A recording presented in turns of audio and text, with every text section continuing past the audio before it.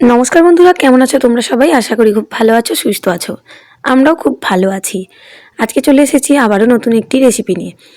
রোজ রোজ একঘেয়ে আমরা ফুলকপির তরকারি খেয়েই চলেছি, আর এই শীতকাল মানে ফুলকপির তরকারি তো লেগেই থাকে সব বাড়িতেই।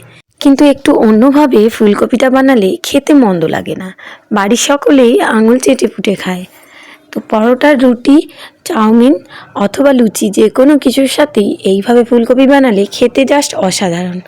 তোমরাও বাড়িতে একবার বানিয়ে জানাবে কেমন হয়েছিল। তার জন্য প্রথমে ফুলকপিগুলোকে একটু বড় বড় করে কেটে ধুয়ে ভালোভাবে পরিষ্কার করে নিয়ে কড়াইতে বেশ কিছুটা জল দিয়ে, জলটার মধ্যে পরিমাণ মতো নুন দিয়ে সেটা গরম হয়ে গেলে তার মধ্যে দিয়ে দিতে হবে ফুলকপি। তবে ফুলকপিটা খুব বেশি সিদ্ধ করার প্রয়োজন নেই, 2 থেকে 3 মিনিট ঢাকনা দিয়ে রান্না করে নিলেই হয়ে যাবে। এরপর এটাকে জল ঝরিয়ে নিতে হবে কোনো একটা ছিদ্রযুক্ত জায়গার মধ্যে ঢেলে, চাইলে তোমরা কোনো চুপড়ির মধ্যেও ঢেলে নিতে পারো। তারপর এদিকে ফুলকপিটা যতক্ষণ ঠান্ডা হচ্ছে, চলো একটা ব্যাটার রেডি করে নিয়ে নিচ্ছি 2 চামচ ময়দা, আর নিয়ে নিচ্ছি 2 চামচ কর্নফ্লাওয়ার। ময়দা আর কর্নফ্লাওয়ারটা সম পরিমাণেই দিচ্ছি। এরপর নিয়ে নিচ্ছি রঙের জন্য বেশ কিছুটা কাশ্মীরি লঙ্কার গুঁড়ো আর পরিমাণ মতো গোলমরিচ গুঁড়ো। আর এরপর সমস্ত কিছুকে নেড়ে চেড়ে খুব ভালোভাবে মিশিয়ে নেব। এরপর এর মধ্যে দিয়ে দেব সিদ্ধ করে রাখা ফুলকপি, আর হ্যাঁ, এর মধ্যে দিয়েছিলাম পরিমাণ মতো নুন। তারপর ফুলকপিগুলো দিয়ে খুব ভালোভাবে ফুলকপির সাথে এই ব্যাটারটাকে মানে সমস্ত শুকনো মশলাগুলোকে মাখিয়ে নেব।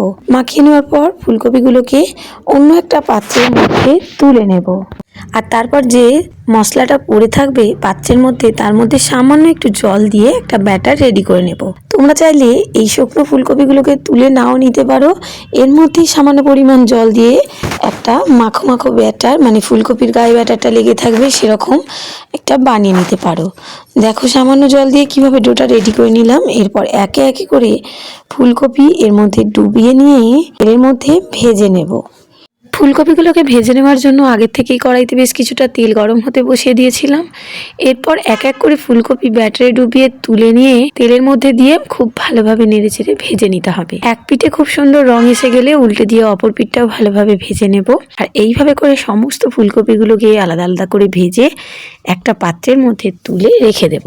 ঠিক এইভাবে করে ফুলকপির পকোড়াগুলো বানানো হয়ে গেলে গরম গরম চায়ের সাথে খেতে কিন্তু খুবই সুন্দর লাগে। সন্ধ্যেবেলা চায়ের সাথে স্ন্যাক্সে এইভাবে পকোড়া বানিয়েও পরিবেশন করতে পারো। দেখো সমস্ত পকোড়া একইভাবে বানিয়ে নিয়েছি। যতক্ষণ সমস্ত পকোড়াগুলো ভেজে নিচ্ছি, চলো অপরদিকে একটা অন্য কড়া বসিয়ে এই ফুলকপির যে চিলি ফুলকপি এটা দিয়ে খাওয়ার জন্য বানিয়ে নিই নরম নরম পরোটাগুলোকে উল্টে পাল্টে শুকনো খোলায় ভেজে তারপরে এর উপর তেল দিয়ে এগুলোকে ভেজে নেব। কে কে এইভাবে শুকনো খোলায় ভেজে পরোটা খেতে পছন্দ করো অবশ্যই কমেন্টে জানিও। সমস্ত ফুলকপির পকোড়াগুলো ভেজে রেখে দিয়েছি। তো এবার চলো মেন রান্নাটা করে নিই। তার জন্য কড়াইতে প্রথমেই বেশ কিছুটা সাদা তেল দিয়ে দিলাম। তেল গরম হলে দিয়ে দিলাম বেশ কিছুটা কোঁচানো রসুন। এরপর দিয়ে দেবো বেশ কিছুটা কোঁচানো আদা আর রসুন কোঁচানোটা ভালোভাবে ভেজে নিতে হবে। তবে খুব বেশি ভাজা যাবে না, খুব বেশি ভাজলে এগুলো তেতো হয়ে যাবে। এরপর এর মধ্যে দিয়ে দেবো বড় বড় করে কেটে নেওয়া পেঁয়াজ আর ক্যাপসিকাম। তারপর দিয়ে দেবো সামান্য নুন আর 1 চামচ ভিনিগার, যাতে এগুলো খুব তাড়াতাড়ি নরম হয়ে যায়। তারপর এগুলোকে হাই ফ্লেমে 2 থেকে 3 মিনিট সতে করে নেব।